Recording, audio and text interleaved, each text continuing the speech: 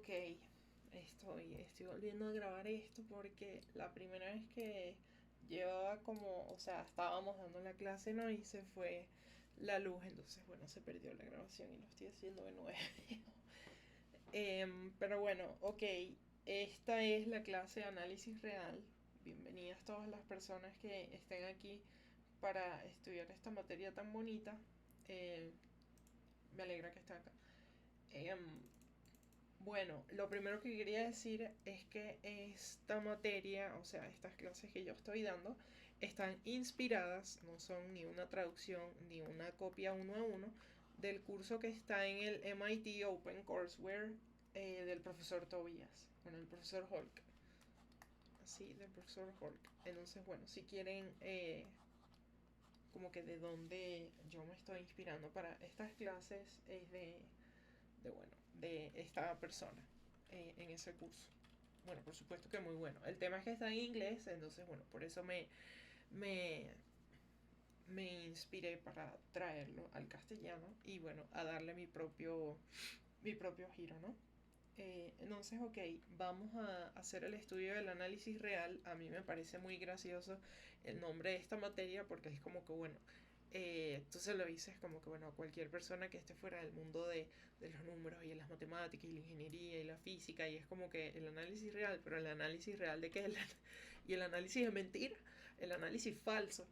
Entonces, bueno, es gracioso en ese sentido, pero bueno, análisis real se refiere a que vamos a estar analizando los números reales, las funciones con variable real, los números reales en sí, los intervalos de números reales, y bueno, todo ese tipo de cosas relacionadas con los números reales.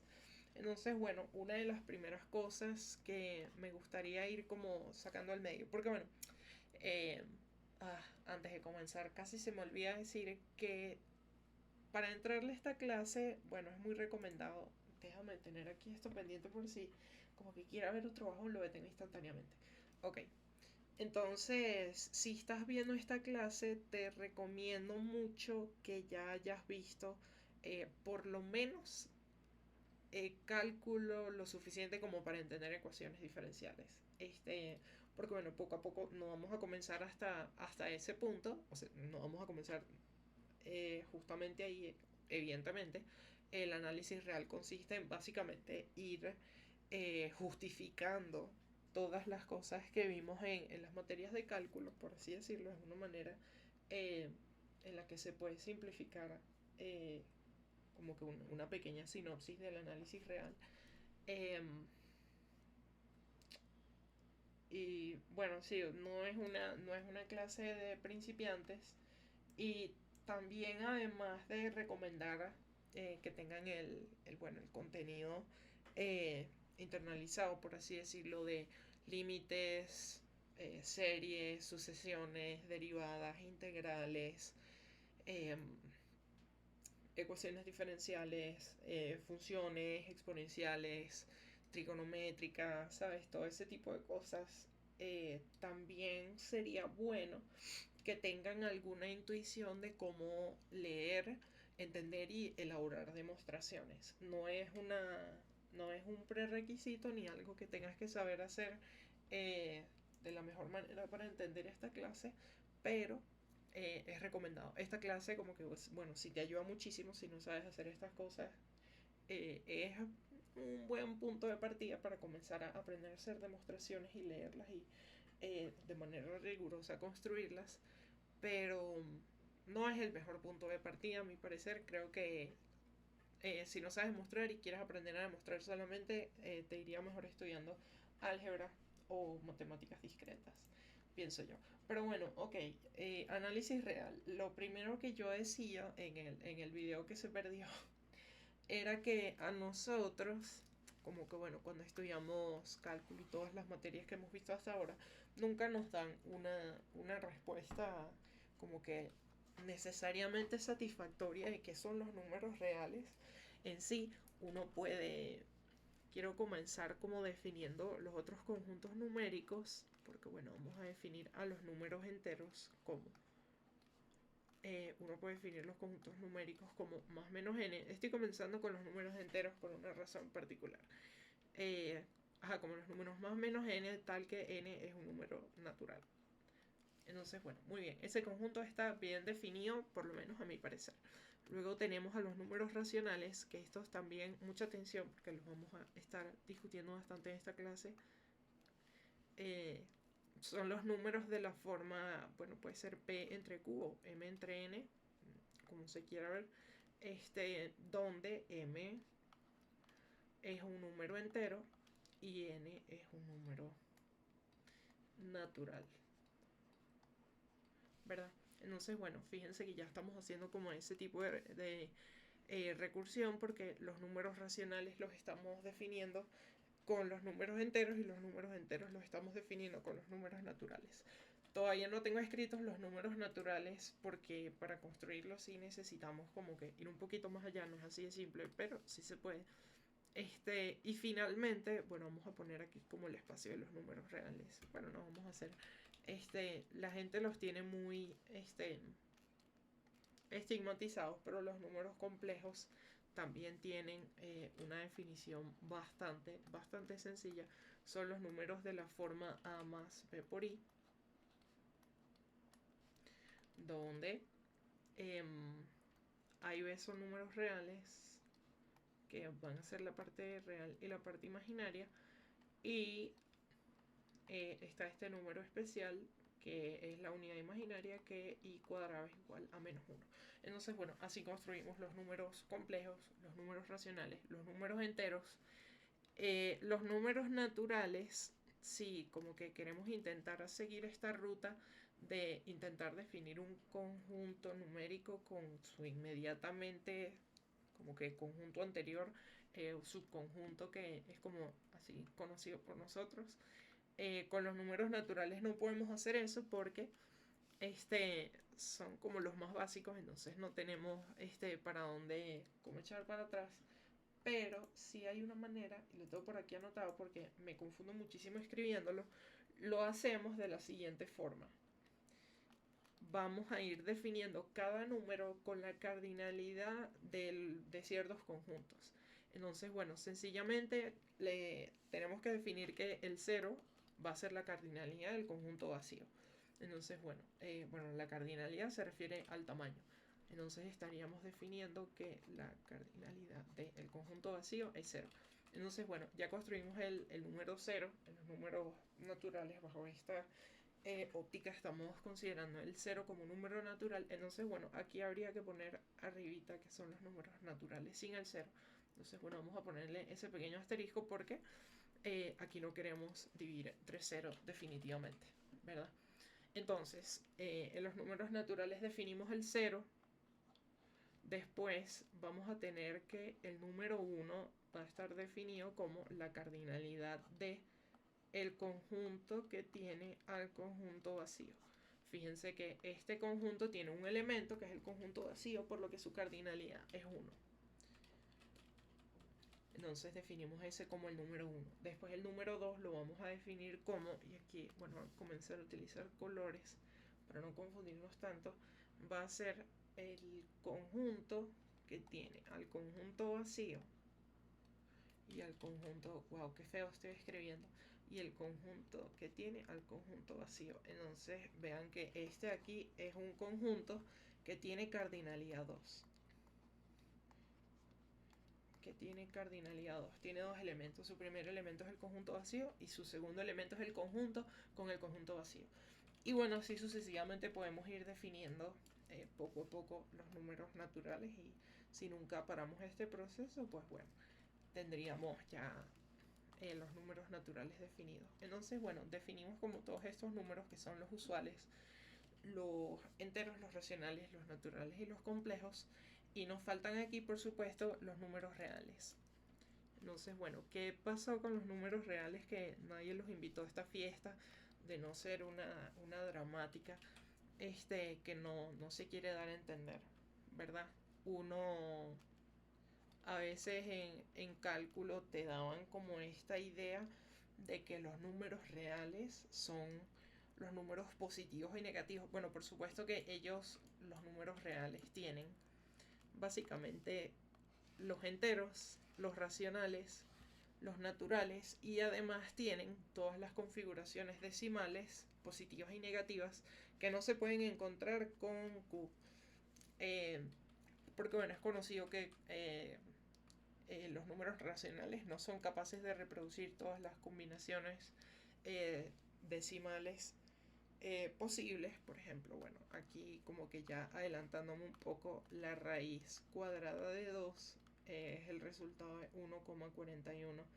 Perdón, sí, 1,41 o 1,14. Vamos a verificar aquí. Sí, 1,41. Y punto, punto, punto, punto, punto. Entonces, bueno, este número nunca lo vas a poder reproducir como la relación entre dos números, como una fracción, nunca lo vas a poder hacer.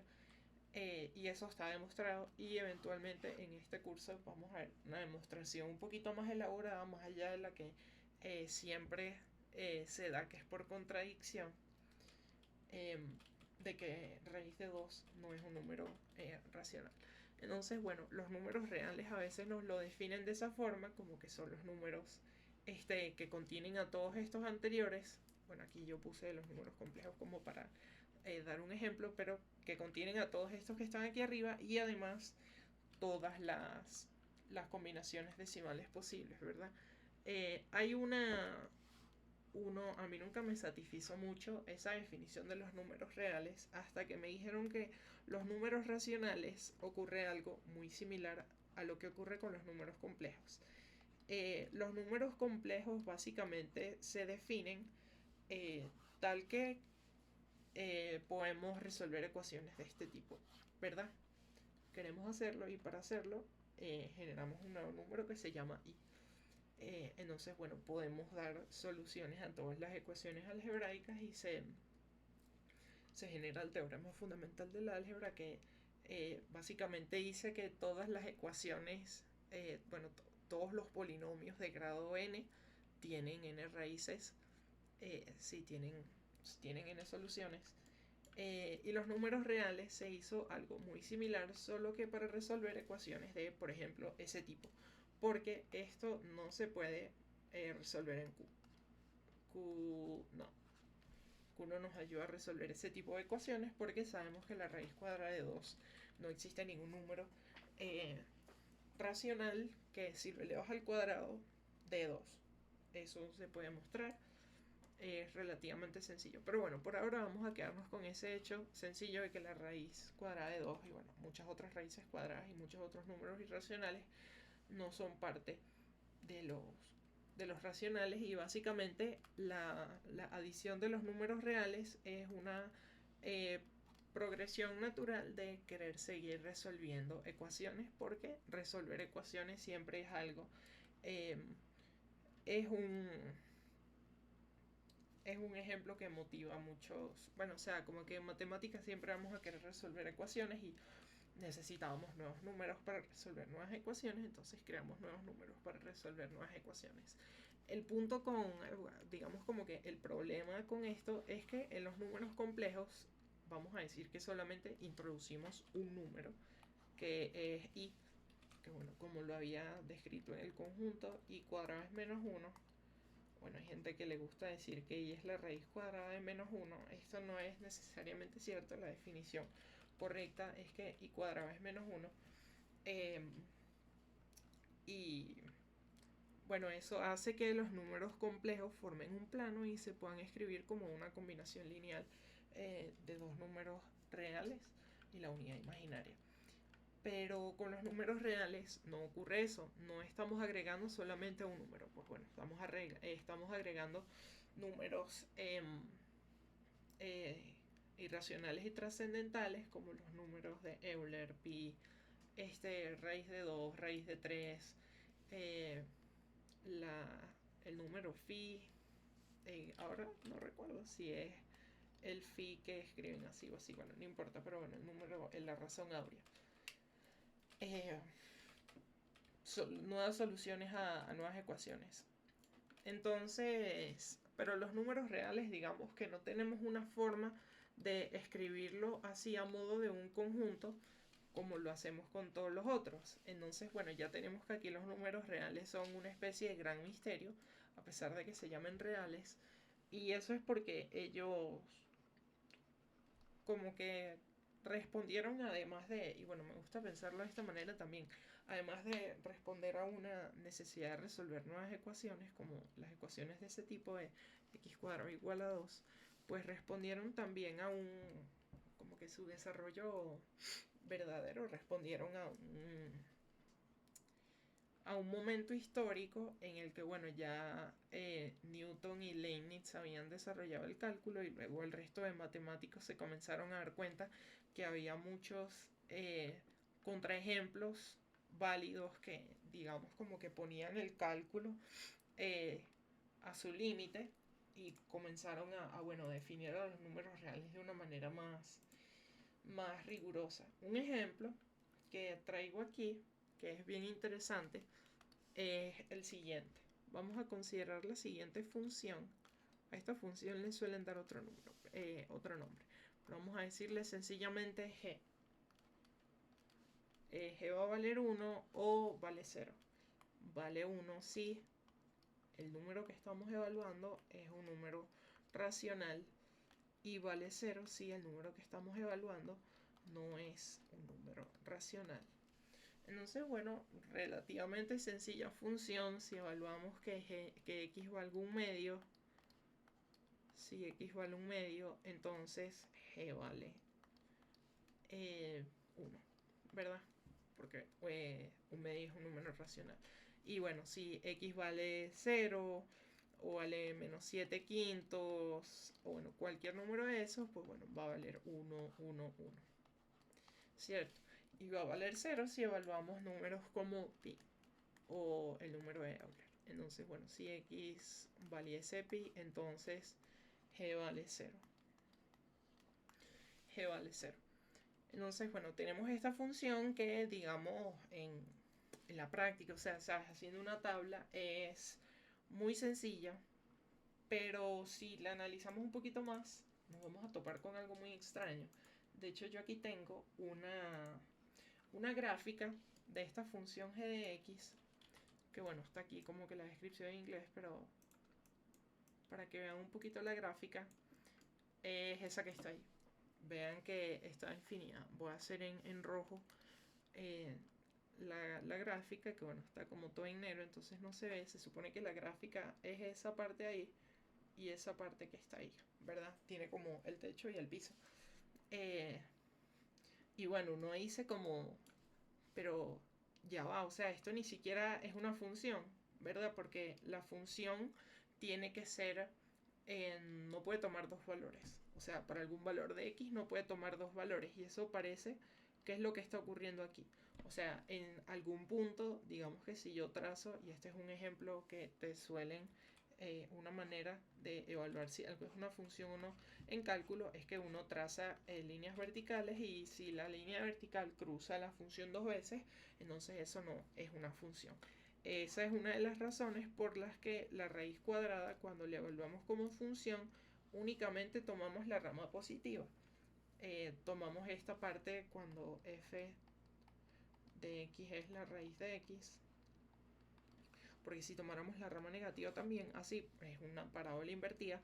Cuando hagamos nuestra línea vertical, digamos para hacer la prueba de si eso es una función o no, pues nos damos cuenta de que no es una función.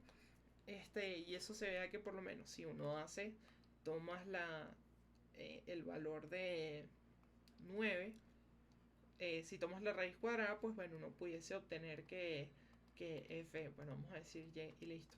Vamos a decir que y puede valer menos 3 y puede valer 3. Entonces, bueno, fíjense que aquí para un valor de x hay dos resultados de la función. Entonces, bueno, como no queremos que eso ocurra, sencillamente tomamos solo la rama negativa y ya. Pero fíjense que en esta función sí estamos haciendo la prueba de la línea vertical y pareciese que no es una función, pero si nos venimos aquí a lo analítico, vamos a ver que es imposible de que un número x tenga dos valores. Para que tenga dos valores tendría que asumir el 1 y el 0 al mismo tiempo para que ocurra esto que está aquí, que tiene que ser el techo y el piso, pero es imposible estas condiciones están totalmente bien definidas, porque si tú tomas un número x, él necesariamente va a estar o no estar en los números racionales, ¿verdad? Eh, entonces no existe un x que sea racional y no racional a la vez. Entonces, esta función, fíjate que sin importar que tenga un gráfico de esta forma, o sea, que pareciese no ser una función, definitivamente es una función. Entonces, vamos a dibujar aquí de nuevo. Entonces, este definitivamente es una función. Ok. Pero, ¿qué está ocurriendo con esto? Bueno, sabemos que si tuviésemos, bueno, esta es la función f de x, si es racional o irracional. Pero si tenemos, por ejemplo, la función que vale 1, pues tendríamos un gráfico sumamente similar. Sería solamente, vale aquí 1, valdría aquí 1, es una constante. Esta función definitivamente es, podemos decir un montón de cosas sobre ella. Vamos a poner aquí un texto aquí abajo. Esta función es, ok, esta función es continua. Continua no lleva acento. Continua, voy a poner esto más grande. Esa función es continua, diferenciable, integrable. ¿Qué más se puede decir de esta función? Pues bueno, estas son como las primeras tres cosas, ¿no?, que nos interesan cuando hacemos cálculo. Déjame ver si no hay nada que se me escape. Por aquí tengo como unas notas mías. Bueno, y tiene es graficable, también podemos decirlo.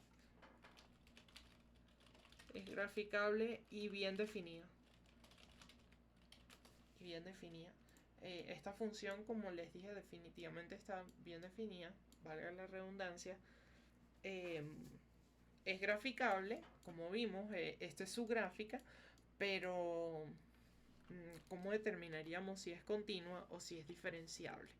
Bueno, uno sabe que una función es continua si en un pequeño, digamos,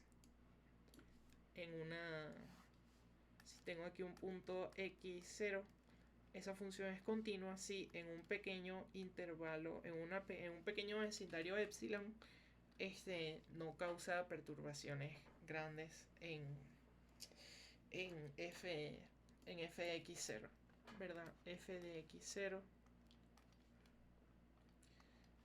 x0 también va a estar en un pequeño intervalo delta, ¿verdad?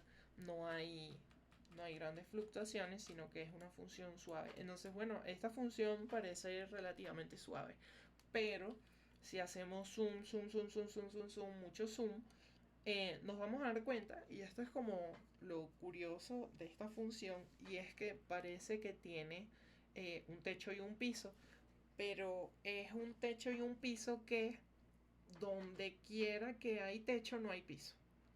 No sé si me explico. Imagínate que estás caminando por... bueno, no importa, quiero seguir adelante también, pero esta función, bueno, no sabemos decir de manera inmediata, así como uno pudiese decir con este que es continua, diferenciable, integrable, graficable, que está bien definida, con esta que está aquí. Esta función, no lo dije, se llama función de Dirichlet. Bueno, Dirichlet, no sé cómo se diga su nombre, pero este señor básicamente como que se dedicó a buscar un contraejemplo a, las intuiciones que se desarrollaron con el cálculo de Newton, y bueno, este definitivamente como que disparó muchas alarmas, ¿no?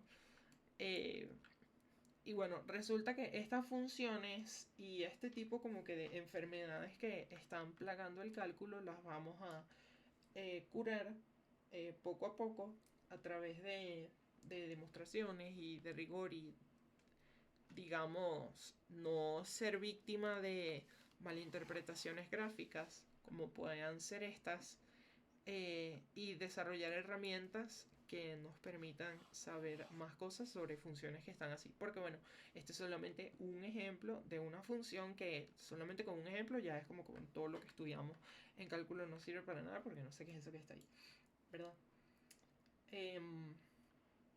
Entonces, bueno, otra cosa que bueno, muestran en la clase de la que me estoy inspirando es que queremos tener como pequeña motivación el siguiente ejemplo. Y es el teorema del valor intermedio. Vamos a escribir aquí el teorema del valor intermedio. El teorema del valor intermedio, dicho de una manera general, pues bueno, dice algo bien específico, pero un caso particular del teorema del valor medio nos dice que si yo tengo un intervalo cerrado, vamos a decir aquí que este intervalo es desde A hasta B, y yo tengo una función continua, vamos a decir que A está ahí y B está aquí, tal que A es positiva y B, perdón, que A es perdón, lo voy a escribir en otro lado. Esta es la condición que f de A es negativa y f de B es positiva. Entonces, bueno, si esta función es continua y tiene que pasar de ser negativa a ser positiva, pues bueno, el teorema del valor intermedio nos dice que necesariamente existe un número c tal que f de c es 0. Y bueno, digamos que esto tiene bastante sentido porque bueno, si eres negativo y luego eres positivo, en algún momento tuviste que ser 0. Si nunca, digamos que soltaste el lápiz. Este es algo bastante intuitivo, pero ¿cómo sabemos si esta es nada más como una visión y una intuición conveniente para justificar este tipo de resultados y no estamos percatándonos de que hay contraejemplos así, ¿verdad? Entonces, bueno, resulta que con el teorema del valor intermedio podemos afirmar, este es un poquito más interesante, podemos afirmar cosas como esta. Si yo tengo una función, vamos a hacer el mismo dibujo, A y B, y no importa cuánto valga f de A y f de B, vamos a decir que en este caso A es el positivo y B es aquí negativo. Vamos a decir que f de B es negativo y aquí f de A es positivo. Entonces, bueno, esta función continua, llega hasta ahí. Bueno, esta no es una función, se repetía así. Así. Así, ok. Entonces, bueno, fíjense que el caso anterior que vimos, pues bueno, ese sería el número C tal que f de c es 0, ¿verdad? Pero el teorema del valor intermedio nos dice que todos los valores k entre f de A y f de B, vamos a decir el intervalo entre f de A y f de B,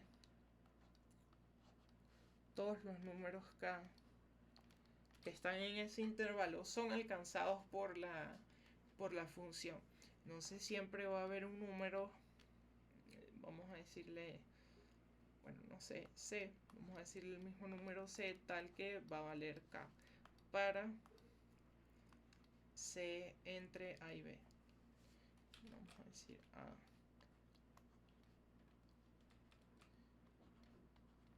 Así, ¿verdad? El teorema del valor intermedio nos asegura que todos los números que asume, o sea, que existen entre f de A y f de B, los va a asumir la función si esta es continua. Pero bueno, ¿cómo sabemos que no existe un contraejemplo así súper loco que nos tumbe este teorema? O, peor todavía, como que cómo sabemos que esto es cierto en primer lugar, más allá de como que uno que parece cierto. Entonces, bueno, estas son como el tipo de cosas que nos debería invitar o motivar a intentar estudiar el cálculo de una manera más rigurosa y definir un poquito más los números reales, ¿no? Porque parece que los problemas nos están surgiendo un poquito aquí. Aquí, ¿verdad? Cuando los números dejan de ser racionales. Eh, y bueno, sí, digamos que significa que el número no sea racional, ¿verdad? Entonces vamos a hacer aquí, de ahora en adelante, como la gran lucha entre Q y R, ¿verdad? Bueno, en vez de ahí vamos a poner versus, para ver cuál es la diferencia entre ellos. Versus. Ya sabemos que voy a ir buscando por acá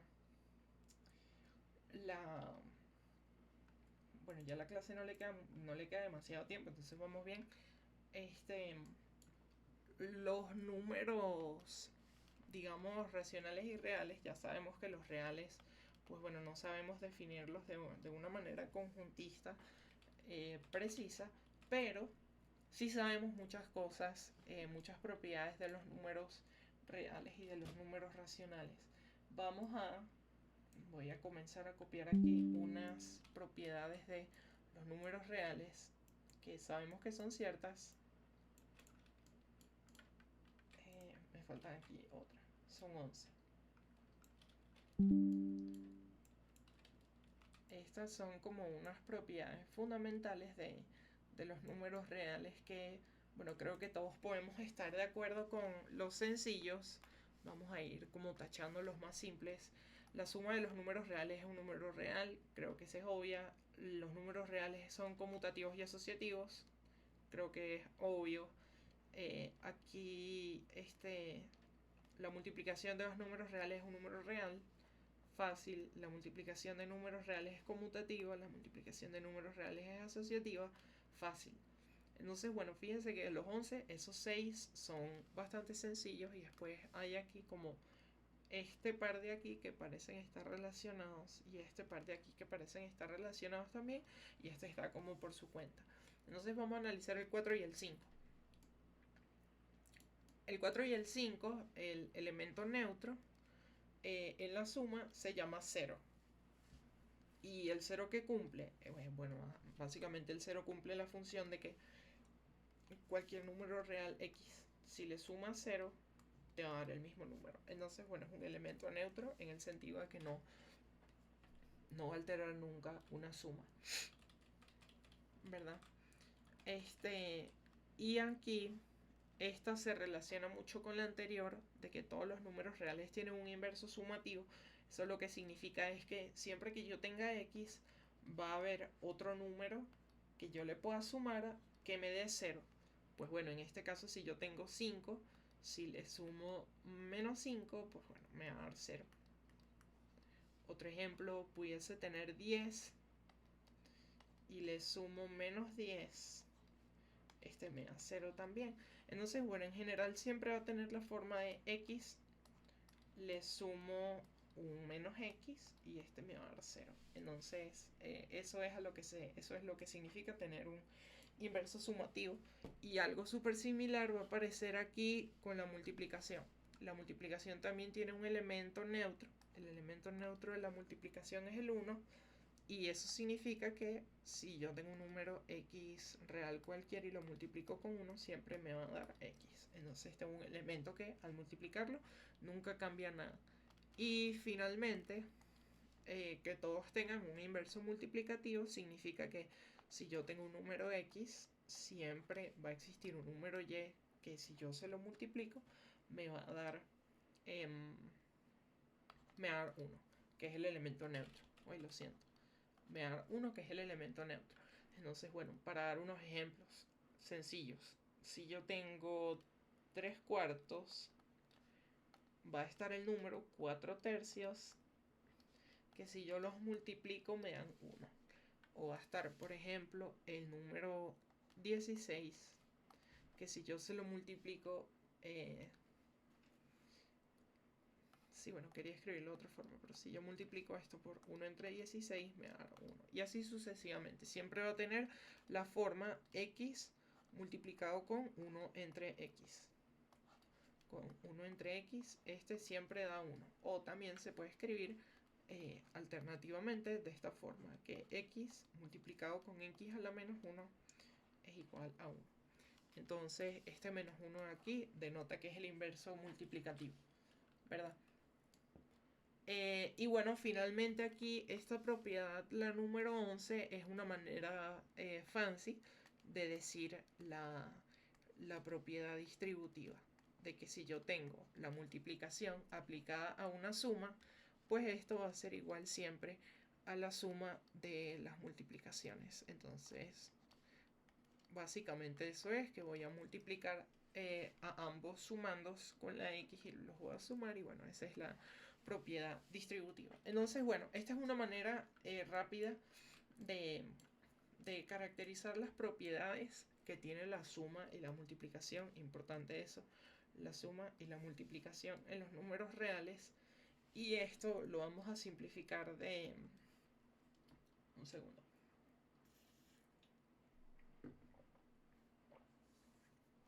Ay. Estaba tomando agua. Ajá. Esto lo vamos a sintetizar de una forma, y es que vamos a decir que esas son las propiedades que tiene esto que está aquí. R. Bueno, vamos a decir R, coma, más, coma, por. O sea, el simbolito de multiplicación. Y a esto que está aquí vamos a decir que es un, y oigo el tambor aquí porque es una nueva palabra, es un cuerpo. Cuerpo algebraico. De cualquier forma, bueno, field en inglés, déjame verificar que sí sea el caso. Cuerpo, sí. Sí, cuerpo numérico. Este es un cuerpo numérico. Y bueno, realmente a mí me gustaría más que este se llamara campo, que es como una traducción un poquito más directa, pero bueno, se le llama cuerpo. ¿Qué te puedo decir? Campo me gusta un poquito más porque para digamos, los, la audiencia más pilas, estas propiedades que están aquí son exactamente, o bueno, casi exactamente las propiedades que tiene que cumplir un campo vectorial. Y bueno, un campo vectorial está definido con, bueno, la suma vectorial y la multiplicación escalar, y tienen que cumplir necesariamente estos 11 criterios que están aquí. Y ahorita no recuerdo exactamente cuál es la diferencia entre un cuerpo y un campo vectorial. El campo vectorial es un caso particular del cuerpo, creo, pero bueno, los campos vectoriales se pueden expandir más con eh, los el campo vectorial se puede expandir un poquito más si uno crea campos normados, el producto cruz, más allá de la multiplicación, escalar y la suma de vectores. Que bueno, es lo que podemos hacer aquí con los números reales. Diremos que lo podemos sumar y los podemos multiplicar. Sería algo así como la suma de vectores, y los vectores son unos números reales, y la multiplicación escalar es sencillamente la multiplicación de los números reales, y listo. Entonces, vamos a escribir esto. Uno, digamos que puede escribir eso un poquito más sintetizado de la siguiente forma. Vamos a pegarlo aquí. Ok. Entonces, estas son como las 11 reglas que cumplen los números reales. Todavía los números reales no los podemos definir como un conjunto, pero por lo menos lo podemos describir como un cuerpo. Y bueno, es el cuerpo que contiene números que cumplen todas estas propiedades que están aquí. Entonces, ¿cómo se compara esto con los números racionales? Y aquí viene como la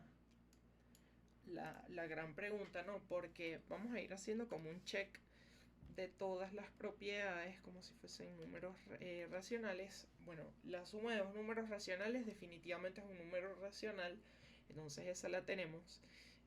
La suma de números racionales es conmutativa, Entonces, bueno, eso sabemos que es correcto. La suma de números racionales es asociativa también. Entonces sabemos que eso se cumple.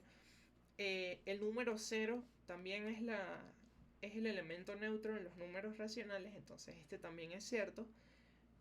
Siempre existe un inverso sumativo en los números racionales. Si yo por lo menos tengo un medio y le sumo menos un medio, pues este, bueno, va a valer 0, que es el elemento neutro también en los números racionales, y eso siempre se cumple. Entonces, este aquí también lo tenemos en los números racionales. Aquí la multiplicación de números racionales también es siempre un número racional, la multiplicación es conmutativa, es asociativa. El número 1 también es el elemento neutro en la multiplicación. También existen los inversos multiplicativos y la propiedad distributiva también existe. Entonces, nos encontramos con lo mismo, ¿no?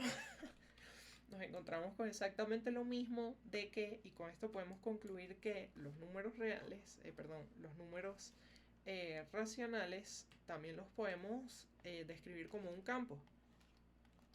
Los números racionales también los puedo definir con la suma y con la multiplicación como un campo. Entonces ahora cabe hacernos la pregunta, ¿cuál es la diferencia entre ese campo y el campo de los números reales? Porque bueno, definitivamente sabemos que no son iguales. Los números reales y los números racionales tienen propiedades diferentes, pero queremos ver qué los distingue en realidad. Ok, entonces necesitamos una última cosita antes de seguir como digamos rompiéndonos el cráneo con estas diferencias, y es ver qué significa un... Y bueno, al final vamos a hacer unas pequeñas demostraciones solo como para practicar también hacer el ejercicio de cómo se demuestran cosas. Vamos a aquí. Estoy buscando dónde lo copié. ¿Sí lo copié por acá?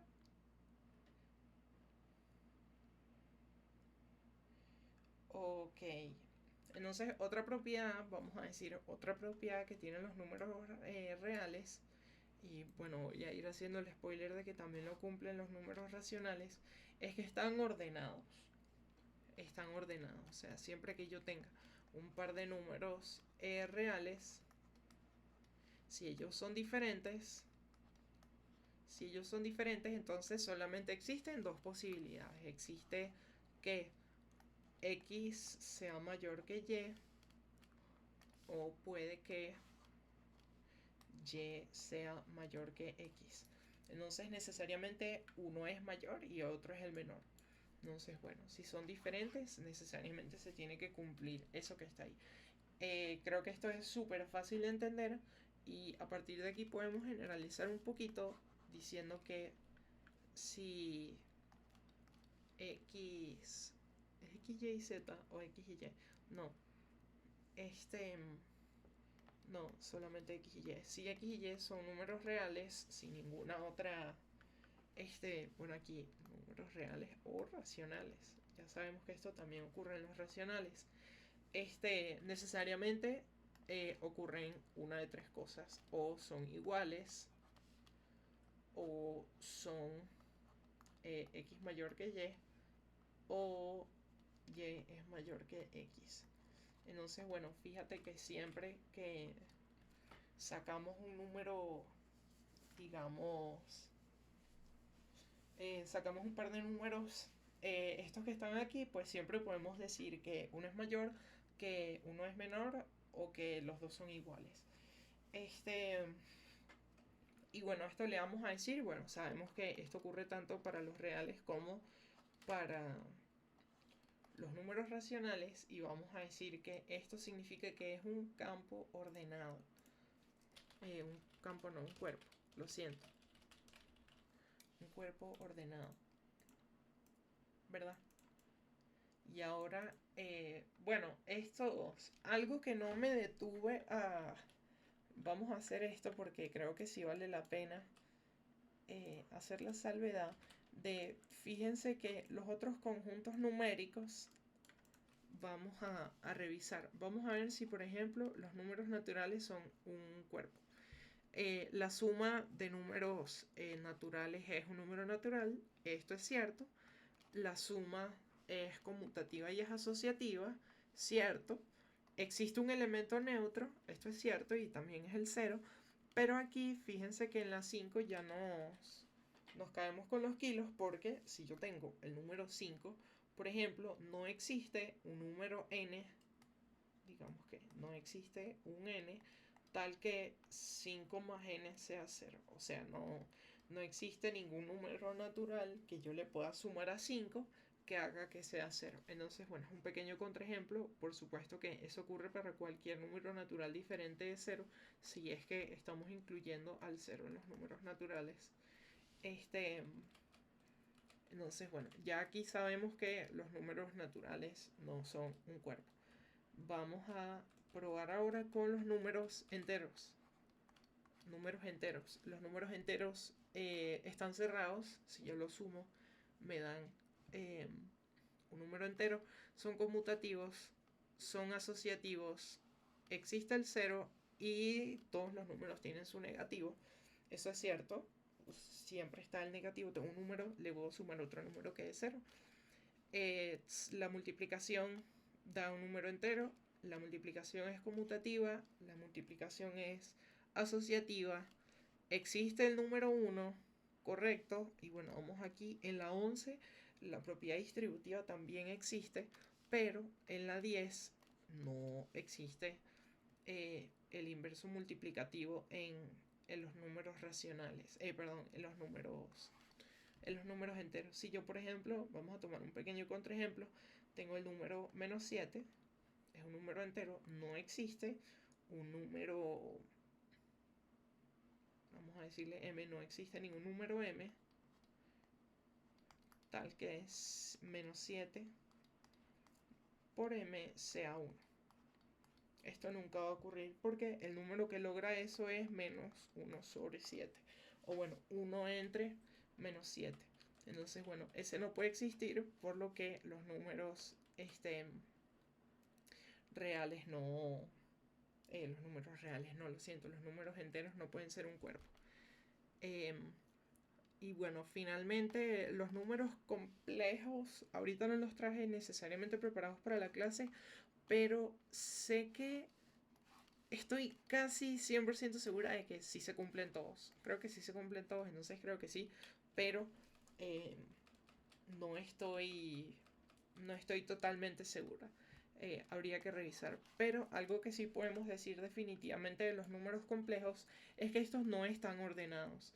Si yo extraigo dos números complejos z1 y z2, por ejemplo, yo no puedo decir necesariamente que uno sea mayor que el otro. O que, bueno, sí puedo decir si son iguales. Si son iguales lo puedo decir, pero no hay un criterio para determinar si uno es mayor que el otro. O bueno, por lo menos de una manera que está bien definida, ¿verdad? Entonces, bueno, vamos a bajar. Entonces, bueno, decimos que en realidad R y Q son los campos ordenados. Estos son realmente unos números excepcionalmente especiales, ¿no? Cumplen un montón de características bien deseables, los hacen bien interesantes, pero hay algo, y aquí se distingue por fin los números reales, y esto lo vamos a discutir más en la clase siguiente. Los números reales son un cuerpo completo. Vamos a decir aquí, los números reales son un cuerpo ordenado completo. Estos son los números reales, digamos que así los podemos definir por ahora. Son el cuerpo ordenado completo. Fíjate que los números racionales son ordenados, pero no están completos. Habría que ver qué hace que los números reales estén completos. Pero en pocas palabras, lo que hace que... Voy a ir adelantando un poquito aquí lo que viene en la clase siguiente. Y es que sea completo significa que tiene la propiedad del... O sea, que todos los conjuntos tienen un supremo. Todos los conjuntos tienen un supremo. El supremo es, digamos, una generalización de lo que es el máximo. Si yo tengo un intervalo AB, bueno, dije aquí conjunto, todos los intervalos, lo siento, que todos los intervalos tienen un supremo. Si yo tomo un intervalo AB, si yo tomo su máximo, el máximo de AB, bueno, directamente es B, sencillo, ¿cierto? Pero el máximo del intervalo AB, por ejemplo, no está definido. No existe un número que sea, ¿cómo se dice? Ya va. Aquí me estoy confundiendo un poco, por eso es que, bueno, lo voy a traer completamente definido para la siguiente clase. Pero, ya va, es que déjame buscar la definición de máximo.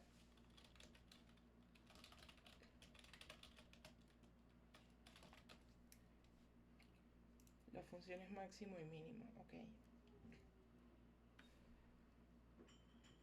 Ok.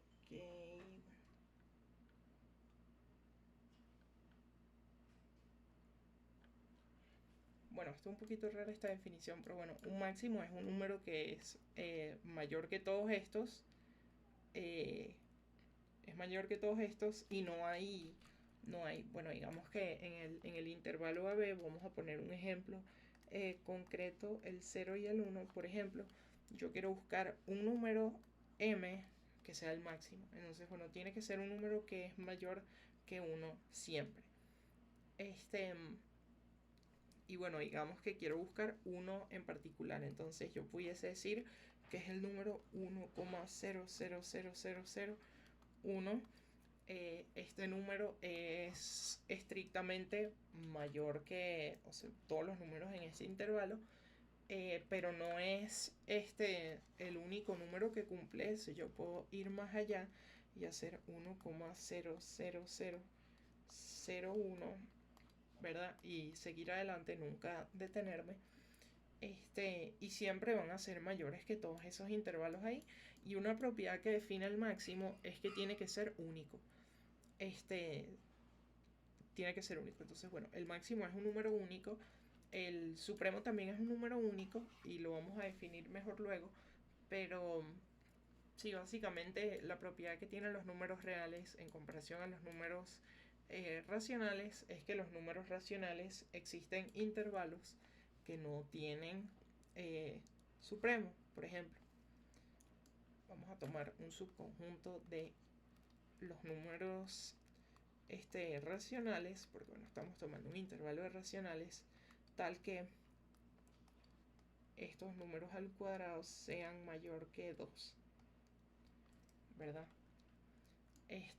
Bueno, sabemos que si tomamos por así decirlo, como el máximo informal de estos, es el raíz de 2, ¿verdad? Y ningún número en ese conjunto va a superar la raíz de 2 exactamente. Es el número único que cumple eso.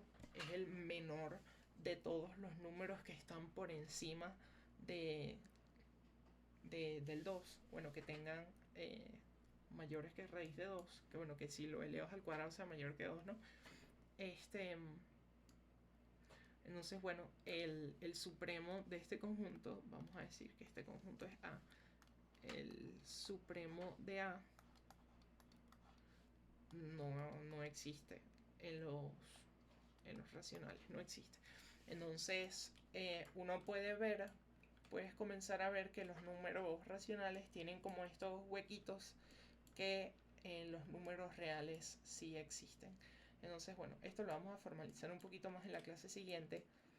Vamos a dejarlo hasta aquí por hoy entonces. Sí, quería hacer como otro ejercicio, pero creo que ya como que vimos un montón de teoría y están súper sencillos los ejercicios, entonces lo voy a dejar hasta aquí. Chao.